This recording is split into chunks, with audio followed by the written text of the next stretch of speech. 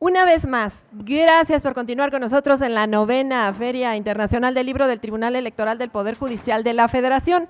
Vamos a la presentación del libro El Constitucionalismo en 1824, el Constitucionalismo de 1824, Orígenes del Estado Nacional. Una publicación del Tribunal Electoral del Poder Judicial de la Federación. Y tengo el gusto enorme, como siempre, de saludar al magistrado de la Sala Superior, Felipe de la Mata Pizaña. Bienvenido, magistrado.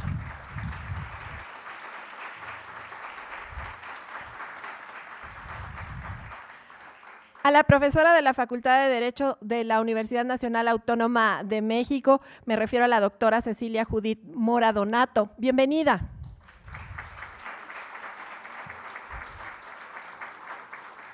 Con gusto también saludo al investigador titular C del Instituto de Investigaciones Jurídicas de la UNAM, estamos hablando, por supuesto, de la Universidad Nacional Autónoma de México, el doctor Jaime Fernando Cárdenas Gracia. Para moderar esta presentación se encuentra con nosotros, quien también es autor, el director general de la revista Tiempo de Derechos y coordinador académico del Instituto de Ciencia Jurídica de la Fundación Aguirre Azuela Chávez y Jáuregui, pro Derechos Humanos, me refiero al doctor Rafael Estrada Mitchell.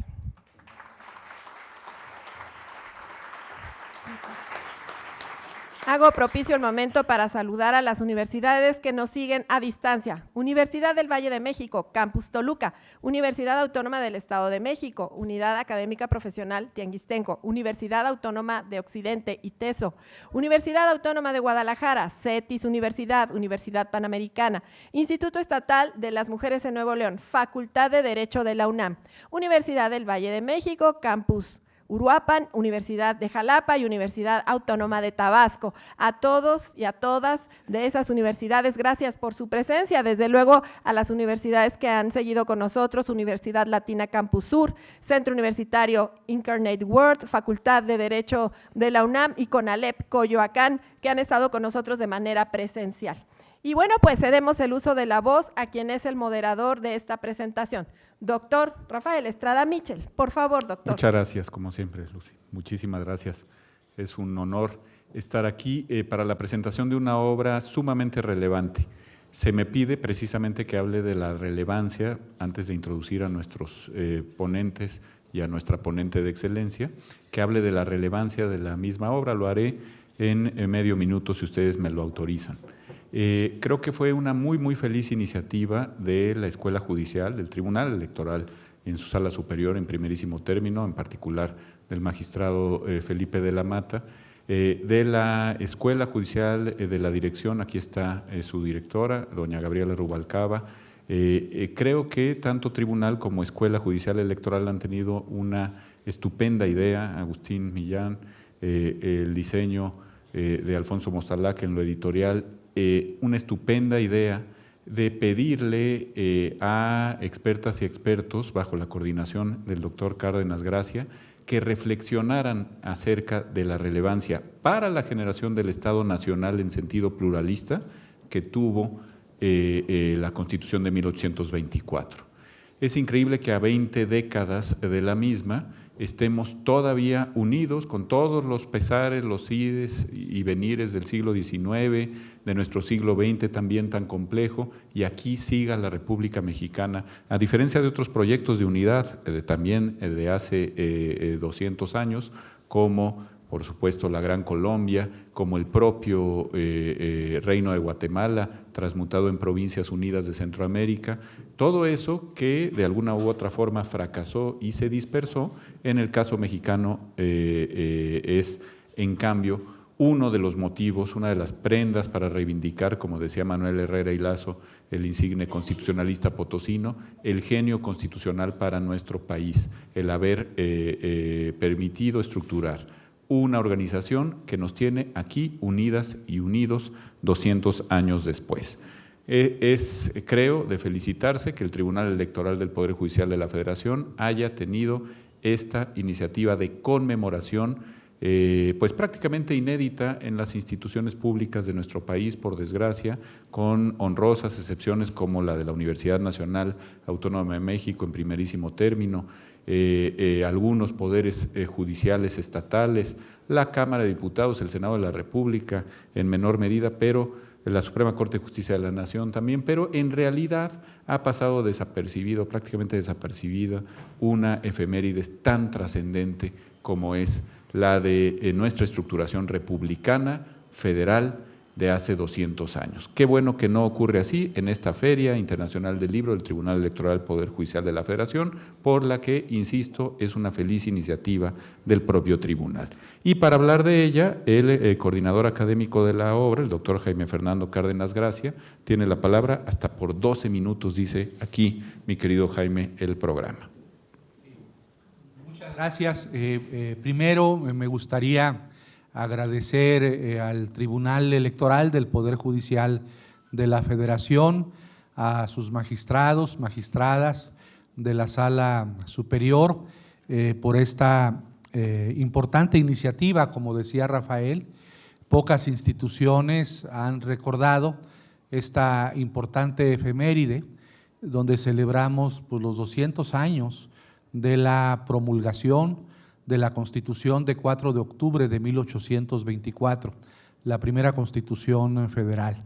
También agradezco mucho la presencia pues, de todas las personas del tribunal que nos apoyaron para la coordinación, la publicación de esta obra tan bella, también editada, también impresa, como son don Agustín Millán, que nos acompaña, desde luego a la directora de la Escuela Judicial, a la doctora Gabriela Rubalcaba, a nuestro amigo, el profesor, el doctor Flavio Galván, a todos los funcionarios, ¿no? A Francisco Acuña, doctor Francisco Acuña, a todos los funcionarios y funcionarias del Tribunal Electoral del Poder Judicial de la Federación, a las personas que nos escuchan presencial y virtualmente.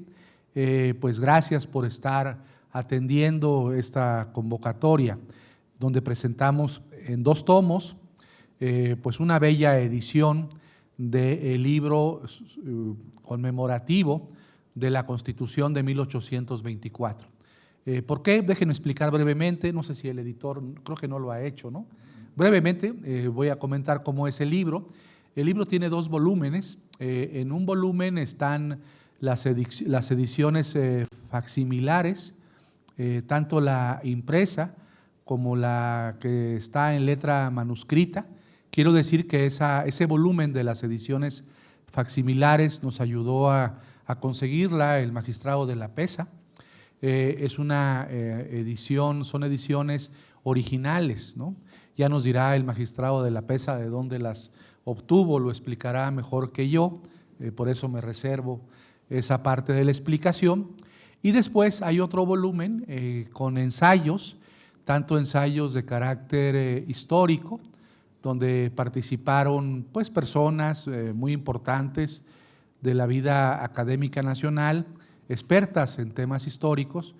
Menciono simplemente, entre otras personas, que publicó o que participó en la parte histórica, a la doctora Patricia Galeana.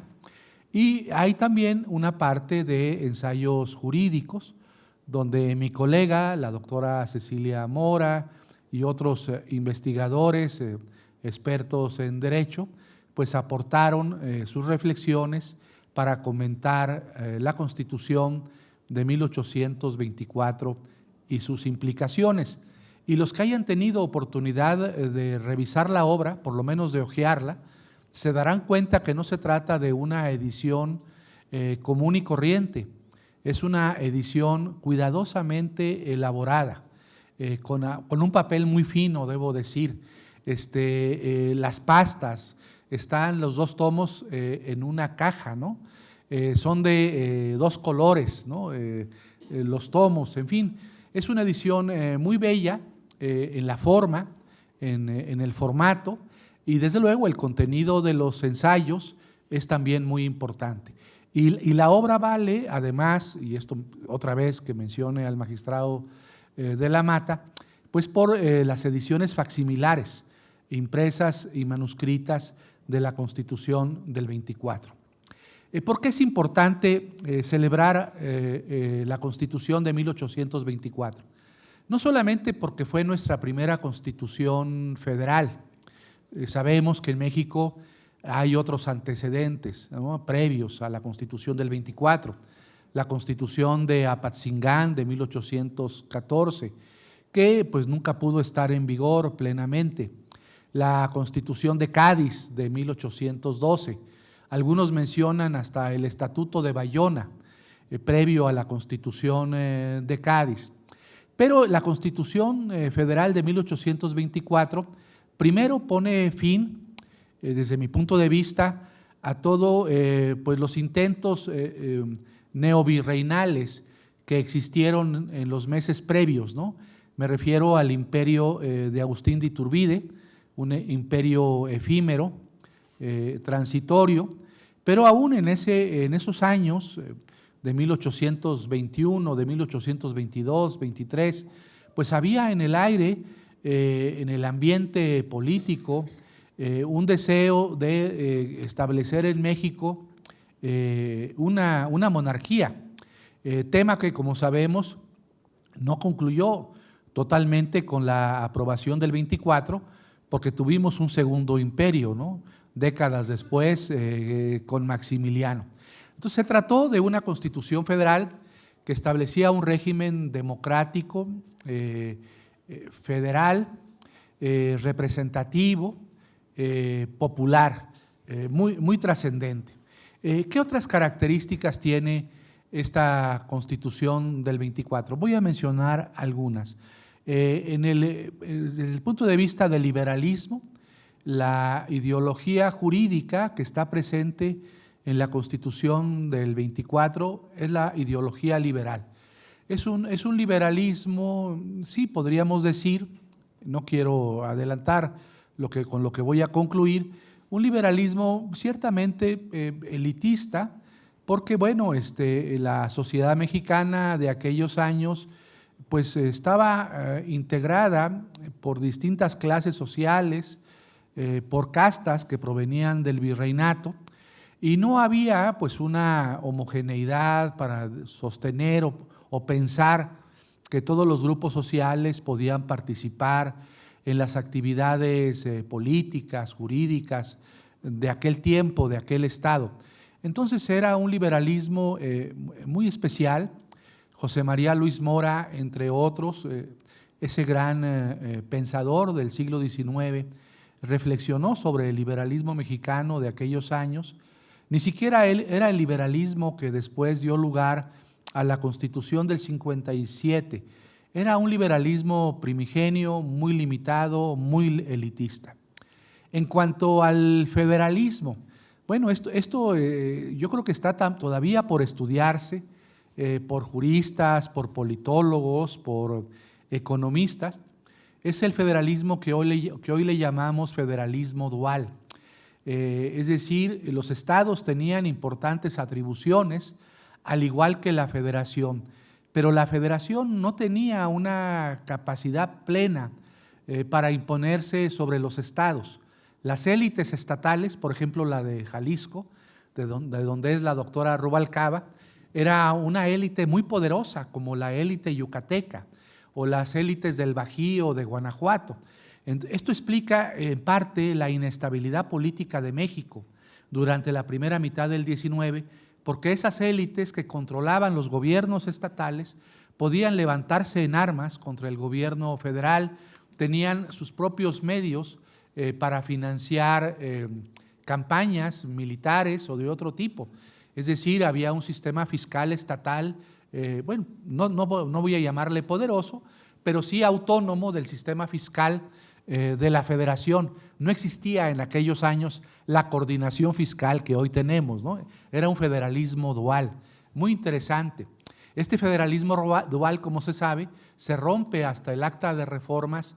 Bueno, primero se rompe con el centralismo, con las 7 leyes y las bases orgánicas, y el modelo federal se muta un poco jurídico, o muta en el Acta de Reformas del 47, cuando se establece en el Acta de Reformas del 47 que el Congreso de la Unión puede invalidar leyes locales, pero también los congresos locales, 50% más uno de legislaturas locales, podrían invalidar una ley federal, ¿no? En los temas que ahora están de moda, porque ya no tengo más tiempo para explicar, iba a hablar también pues del estado confesional, de la esclavitud, de los fueros, pero ya no me queda tiempo. Déjenme decir unas palabras solamente sobre pues cómo era el Poder Judicial, no brevemente, cómo era el Poder Judicial de aquellos años en la Constitución de 1824. Decir que el Poder Judicial de aquellos años no tenía competencia para interpretar la Constitución. La interpretación constitucional correspondía al Congreso. Esto es muy importante, ¿no? Y respecto al método de nombramiento de los ministros, que eran 11, los proponían los congresos locales, los aprobaban los congresos locales y después el Congreso de la Unión pues aprobaba la designación. Los jueces y magistrados eran designados por el presidente de la República a propuestas de ternas que elaboraba la Suprema Corte pues creada por la Constitución del 24. ¿Y qué competencias tenía el Poder Judicial Federal? Pues competencias federales en materia de comercio, en materia de exportación, importación, diríamos hoy en día, en materias que tenían que ver con los puertos que existían en México, con la navegación, competencias que ahora, por ejemplo, están algunas de ellas recogidas en el artículo 104 de nuestra Constitución. Y algo muy interesante que, por ejemplo, se analiza en la obra que estamos comentando por una de mis colegas, por la doctora Carla Huerta, es la única, creo que, Constitución de México que ha tenido cláusulas pétreas. El artículo 171 de la Constitución de 1824 establecía ciertos principios que no podían ser modificados por nadie, evidentemente por el constituyente permanente. Hoy, en esta discusión que tenemos en estos días sobre si se puede impugnar una reforma a la Constitución, pues bueno, los del constituyente del 24 tenían ahí un elemento, había cláusulas pétreas y desde luego eso no se podía modificar mediante una reforma a la Constitución, más allá también de la regla que existía en la Constitución del 24 para que hasta después de 1830 pudiera haber reformas a esa Constitución.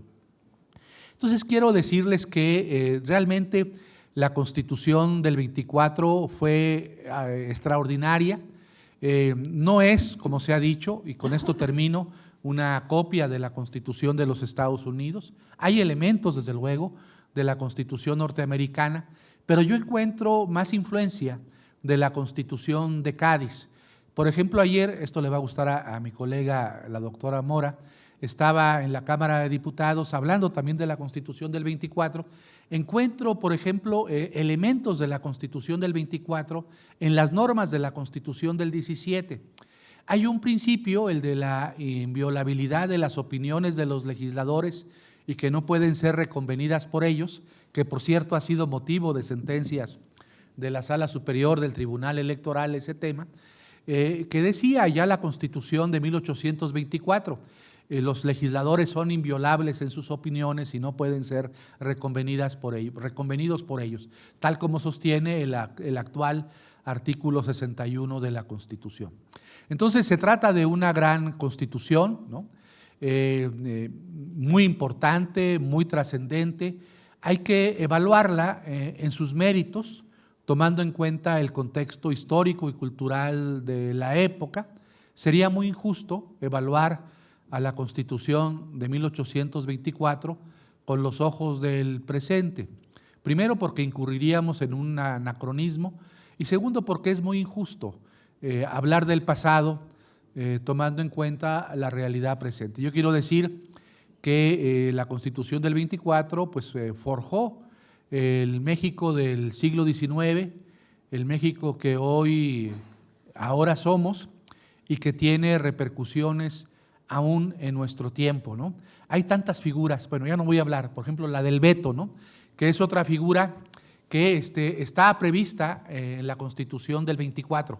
El Ejecutivo no puede vetar reformas a la Constitución, por ejemplo, dice la Constitución del 24. Y tantas innovaciones institucionales que aún hoy en día son materia de nuestros cursos de Derecho Constitucional, de Teoría de la Constitución.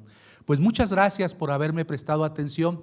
Y aquí está nuestro editor, que no lo he felicitado. Yo creo que debe ser felicitado nuestro editor, y le doy un aplauso a nuestros editores por esta bella publicación. Yo en publicaciones oficiales, en estas épocas de la vida nacional, nunca había visto una edición tan bellamente editada. Muchas felicidades a ellos, a los editores, muchas felicidades al Tribunal Electoral, a la iniciativa del magistrado de la Mata, a la iniciativa también y al apoyo de nuestro amigo Agustín Millán. Enhorabuena y felicidades y gracias a esta conmemoración que es muy importante para nuestro país. Muchas gracias, doctor. Pues muchas gracias a usted, doctor Cárdenas Gracia. En efecto, entre las cuestiones interesantes es, y que pueden ahora darnos algunas luces para nuestro momento actual, está esta cuestión de los poderes judiciales locales, en donde debía, conforme al modelo gaditano que asume la Constitución del 24, debían fenecer todas las causas sin posibilidad alguna de casación y de juicio de nulidad sobre las sentencias que dictaran los tribunales entonces supremos de los órdenes locales. Muy interesantes los paralelismos que traza y, en efecto, esa inexistencia de una jurisdicción constitucional y la traducción en que el Congreso, que tenía tantísimas deferencias por parte del constitucionalismo liberal de aquellas épocas, pudiera interpretar de manera monopólica, exclusiva, el contenido del orden constitucional. Gracias, doctor Cárdenas Gracia. Y ahora vamos a dar la palabra a la doctora Cecilia Judith Mora Donato, tan querida, apreciada y admirada. Doctora, por favor. Muchas gracias a todos, gracias por esa presentación.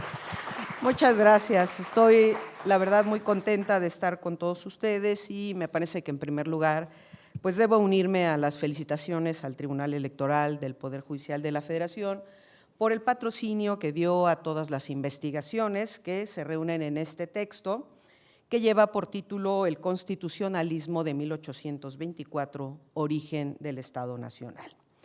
En este texto se concentran 13 trabajos de 5 autoras mujeres y 8 autores hombres, que se dividen en 6 estudios históricos y 7 estudios jurídicos. Además, el texto inicia con una presentación, ya se dijo aquí, del magistrado Felipe de la Mata Pizaña y la introducción que hace el coordinador del libro, el doctor Jaime Cárdenas, que constituyen 2 contribuciones muy importantes para entender no solo el contenido del libro, sino para contextualizar el nacimiento de la Constitución a la que hoy rendimos tributo. Además, la obra se integra, ya se dijo también, con otro volumen que contiene las 2 versiones de la Constitución de 1824 en facsímil y los estudios introductorios que se hicieron a la misma. Según me proponía escribir estas líneas que quiero leer ante ustedes, me hice la siguiente pregunta que me parece que es obligada. ¿Por qué celebrar el texto de 1824? Me parece que hacerse esta pregunta es obligado y creo que la respuesta no está solo en celebrar o en conmemorar o en hacer homenaje a una hoja de papel o a un compendio de normas de esta naturaleza. A mi juicio, además, debemos celebrar en este año que se empeña en concluir, que hace 200 años, personas que formaban parte del territorio de lo que hoy llamamos Estados Unidos mexicanos, pudieron ponerse de acuerdo. Esto es, supieron pactar, acordar, concertar para establecer por escrito un modelo para desarrollar su vida en común, y que hoy es posible conocer y analizar esos pactos a los que ellos llegaron, porque dichos pactos los encontramos en un documento que antecede a la Constitución de 1824 y que lleva por nombre Acta Constitutiva de la Federación de 1824, que también cumplió en enero de este año 200 años. Y desde luego en el contenido de la Constitución que estamos homenajeando. El contexto político, económico y social que antecedió a ese, vamos a llamarlo pacto, no fue fácil, más bien fue un momento convulso de nuestra historia. Habían pasado 11 años de guerra que consiguió la independencia del territorio de la Nueva España, de la metrópoli española. En 1821 se habían firmado los tratados de Córdoba por parte de Agustín de Iturbide y Juan de O'Donoghue. Se había superado el primer imperio de Iturbide entre 1822 y 1823, convirtiendo a México en el único territorio que al independizarse de la corona española asumió un carácter monárquico. El Congreso había sido disuelto por el propio Iturbide, con todo lo que esto implicó. Así, se convocó a un nuevo Congreso Constituyente en noviembre de 1823. Además, se dio la insurrección de Casamata.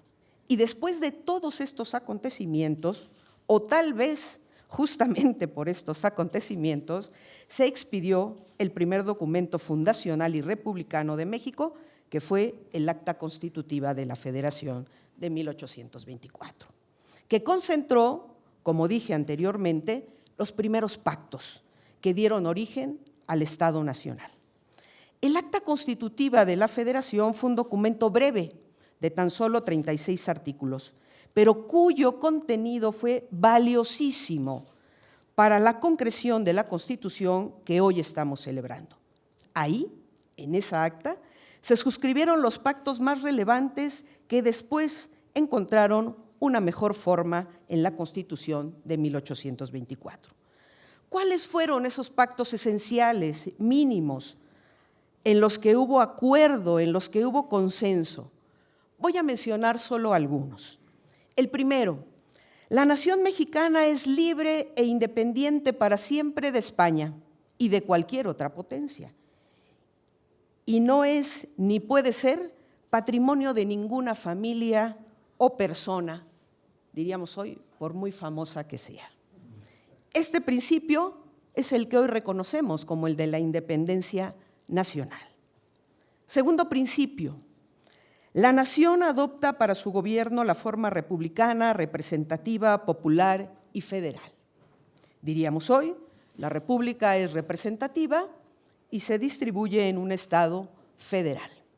Jorge Carpizo decía que justamente la forma de gobierno y la forma de Estado habían surgido de una misma visión, que era justamente el artículo 5 del acta a la que me estoy refiriendo.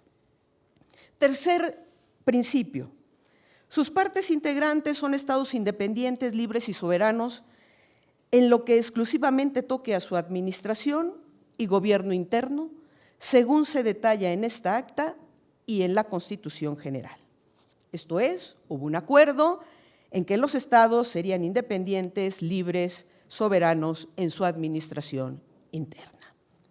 Cuarto principio, el poder supremo de la Federación se divide para su ejercicio en legislativo, ejecutivo y judicial, y jamás podrán reunirse dos o más de estos en una corporación o persona, ni depositarse el legislativo en un individuo. Esto es lo que hoy enseñamos nosotros como la división de poderes en todas nuestras aulas. Quinto y último principio. Las constituciones de los estados no podrán oponerse a esta acta, el acta constitutiva, ni a lo que establezca la Constitución General. Por tanto, no podrán sancionarse hasta la publicación de esta. Es decir, primero tenía que publicarse la Constitución de 1824 y después las constituciones de los estados. Hoy diríamos, este es el principio de supremacía constitucional. 5 puntos básicos, esenciales, fundamentales, en los que hubo consenso. 5 principios que sirvieron de base para ir construyendo una Constitución, la primera de nuestra nación independiente. Pues bien, a mi juicio, lo que hoy celebramos es en gran medida el consenso, el entendimiento entre personas que decidieron unir sus destinos por la vía pacífica y pudieron, con altura de miras, dejar a un lado sus diferencias y mirar hacia el futuro, y como todo futuro, hacia un futuro incierto, pero al que estando juntos era más fácil y posible alcanzar el éxito. En suma, a mi juicio, es importante señalar que no celebramos a la Constitución de 1824 solo como una hoja de papel. Lo que me parece que debemos honrar es el arrojo, la decisión y las mentes preclaras de entonces, como la de Miguel Ramos Arizpe, Manuel Crescencio Rejón, Servando Teresa de Mier, Lorenzo Zavala, entre otros, que redactaron el Acta Constitutiva de la Nación Mexicana y la Constitución Federal de 1824, y supieron entender el momento histórico por el que atravesaba el naciente Estado mexicano. A estos y a muchos otros temas se dedica este libro. Por eso, creo que hizo muy bien el Tribunal Electoral en publicar esta obra. Y en este contexto, también es preciso destacar la coordinación que hizo el doctor Jaime Cárdenas y todo su equipo, así como el equipo editorial del Tribunal Electoral, quienes pusieron todo su empeño para que este libro viera la luz justamente en el mes y en el año en el que la Constitución de 1824 cumple 200 años. En los temas concretos que podemos encontrar en el libro, al que debo alentarlos a leer, vamos a encontrar temas como el federalismo, la monarquía, la Primera República, el origen del Estado, la unión de las provincias que devino en un federalismo sui generis, la justicia de la Unión, la elección de ministros, el diseño del Poder Judicial, el Estado confesional, la regulación y el funcionamiento del Congreso, las instituciones electorales, los fundamentos filosóficos y políticos del liberalismo, el federalismo y la soberanía, la formación del Estado de Derecho, así como la influencia de la Constitución de 1824 en la fundación de Baja California Sur. Todos estos temas son abordados por destacados académicos, historiadores, juristas, expertos en sus disciplinas y con sus buenas plumas ayudan a la comprensión de los temas que abordan. Me parece que a partir de ahora, este texto, que también, por cierto, es posible leer en su versión electrónica, lo que lo hace más accesible a las jóvenes generaciones, se va a convertir en una referencia obligada cuando se analice o estudie un tema relacionado con el texto constitucional que dio origen a nuestro Estado-nación. Ya conocemos cuál fue el desenlace de esta gran Constitución. Solo duró 12 años su vigencia, porque en 1836 las 7 leyes constitucionales verían la luz como un modelo de organización política diseñado por el movimiento conservador mexicano del siglo XIX.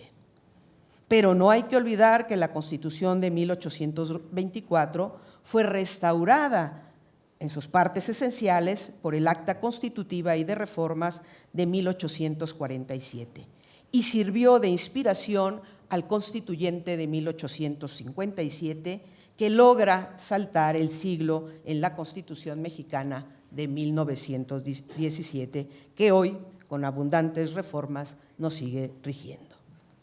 No me resta más que invitar a todo el público que nos acompaña, especialmente a los jóvenes que veo aquí y que también nos siguen a través de las redes sociales, a que lean el libro. Merece mucho la pena. Y a que se interesen también por los temas de la República, porque esta República es cada vez más de los jóvenes que de nadie. Muchas gracias. Muchas gracias, doctora Cámara. Muchas gracias a usted, doctora Mora Donato. Tiene toda la razón, celebrar, sí, y más lecciones para nuestros momentos, los momentos que nos tocan vivir. Celebrar el arrojo para permanecer unidos, celebrar el valor para sistematizar la unión que hace 200 años supieron legarnos los constituyentes de 23-24. Y bueno, pues la idea de esta conmemoración partió de la Sala Superior del Tribunal y en particular del magistrado Felipe de la Mata. A él se le agradecemos que esté en esta mesa y le pedimos que nos dirija unas palabras también como introductor que fue de esta obra espléndidamente bien editada, como se ha dicho aquí. Magistrado.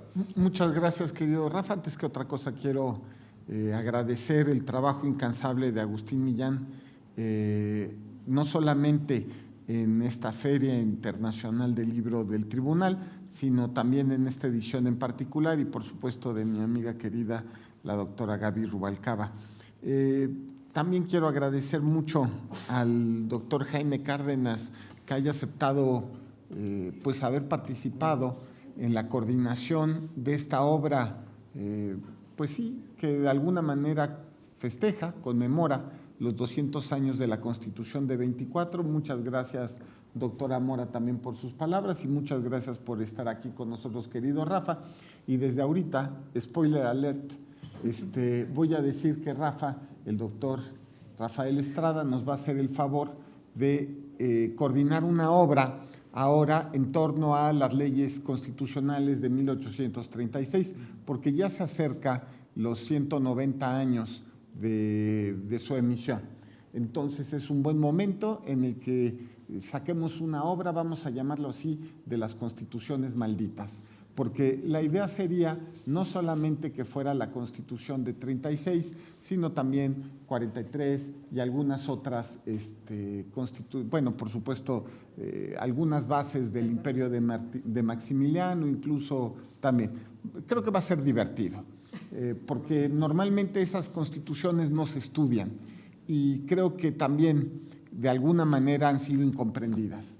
Ahora, vamos a hablar acerca de la Constitución del 24 en particular. Me parece que efectivamente tenemos que conmemorarla por muchas razones. La primera y la más importante es porque este año celebramos 200 años, por supuesto, de constitucionalismo republicano, digamos, al estilo mexicano.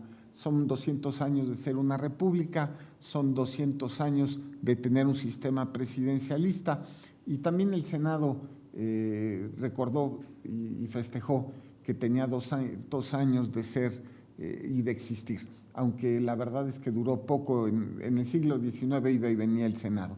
Pero bueno, hay que decir también que es un momento también para reflexionar en torno a la Constitución del 24. Y yo me hacía muchas preguntas. Ha sido una Constitución injustamente tratada por la historia. Como bien decía la doctora Mora, en verdad el principal tema es que duró apenas 12 años.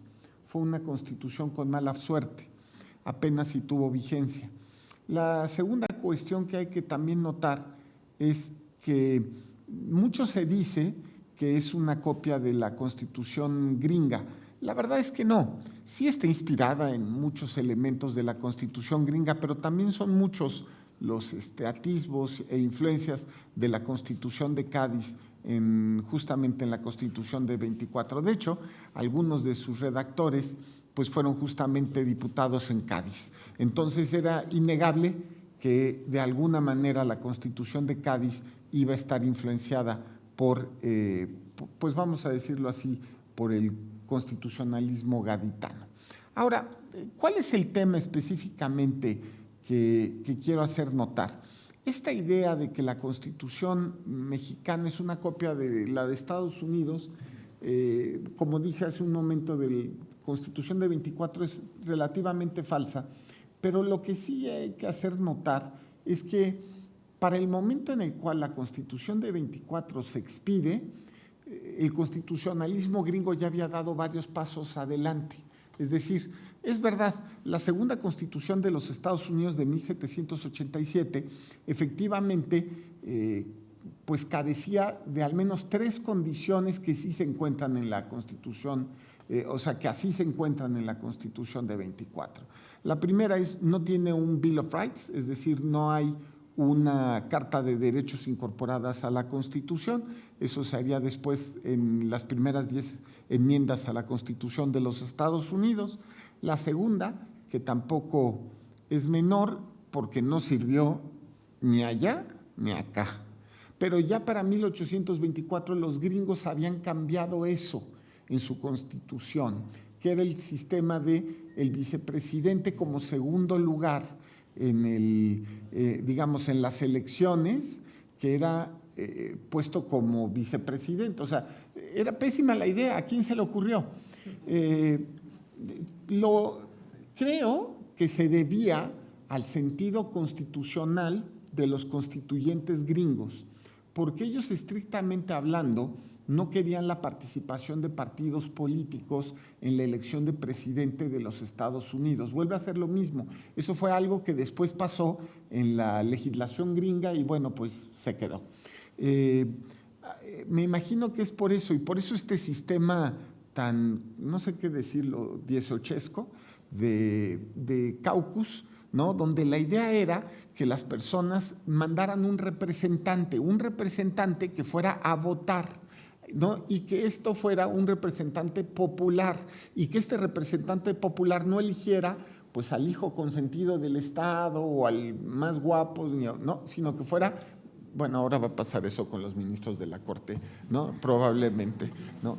Pero bueno, en los caucus, de acuerdo, se tomaría la decisión votando específicamente, digamos así, sin esas pasiones, esa era la idea, sin las pasiones que pudieran llevar a una decisión equivocada. Lo que pasa es que los partidos se metieron y echaron a perder el sistema constitucional gringo, que no fue diseñado para ellos.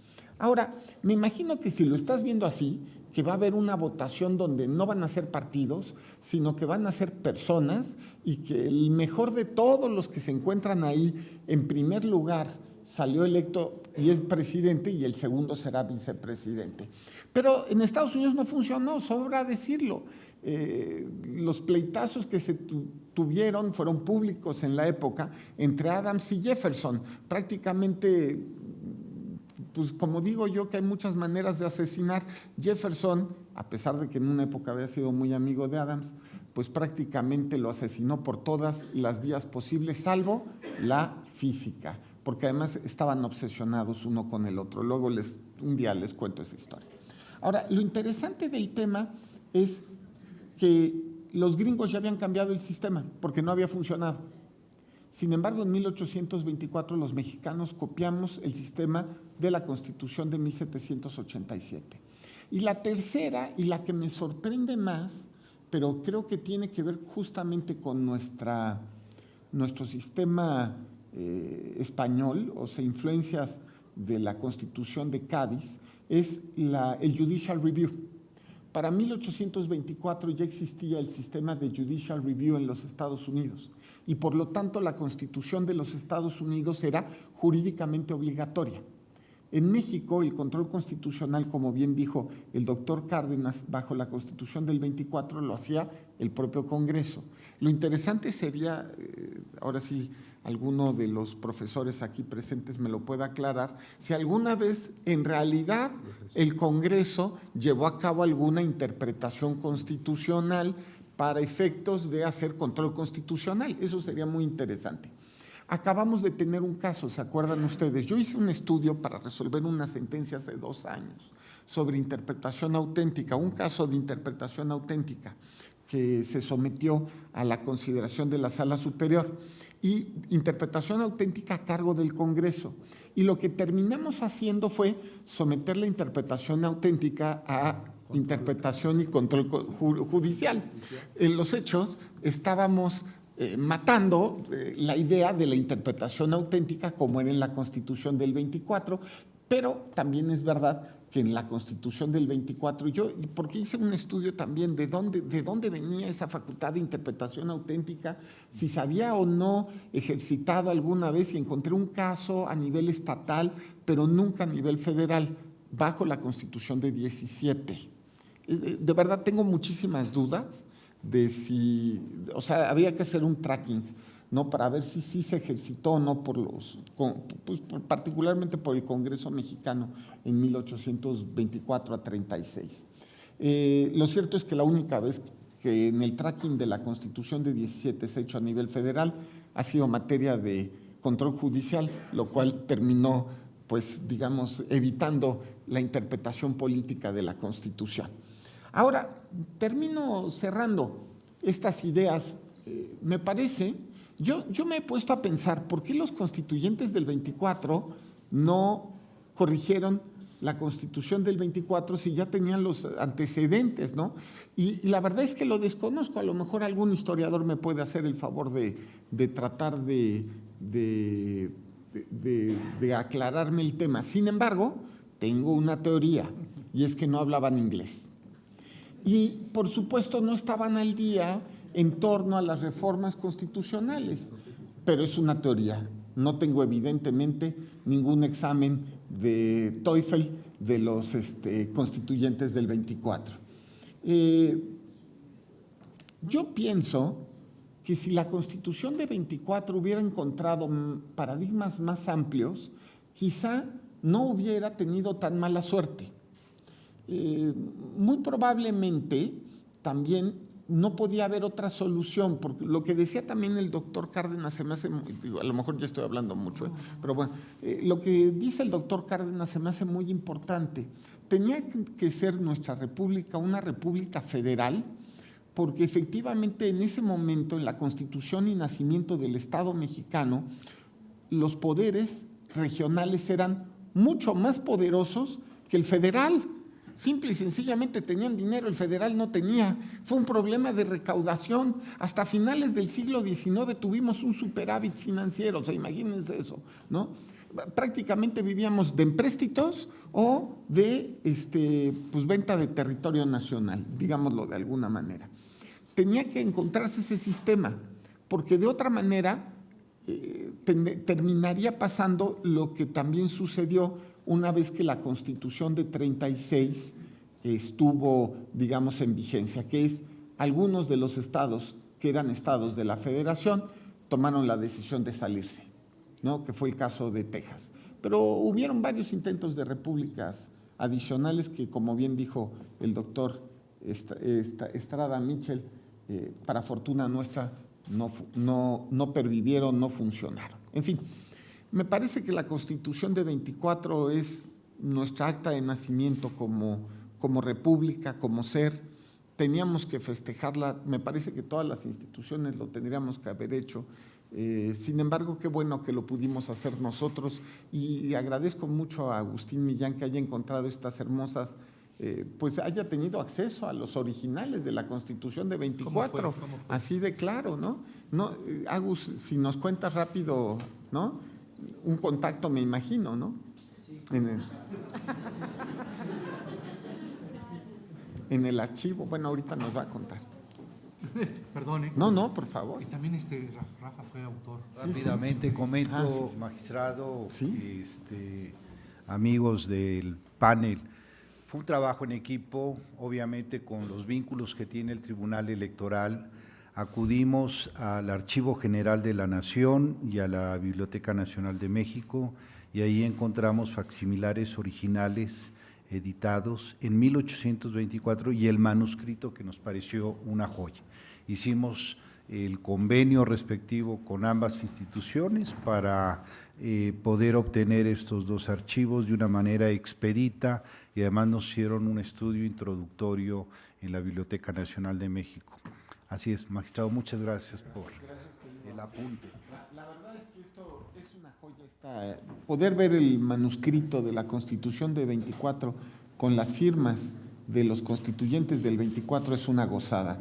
Y pensar que el presidente del Congreso fue Lorenzo de Zavala, ¿no? En fin. Vicepresidente de la República. Vicepresidente de la República de Texas. En fin, muchas gracias. No, al contrario. Muchas gracias.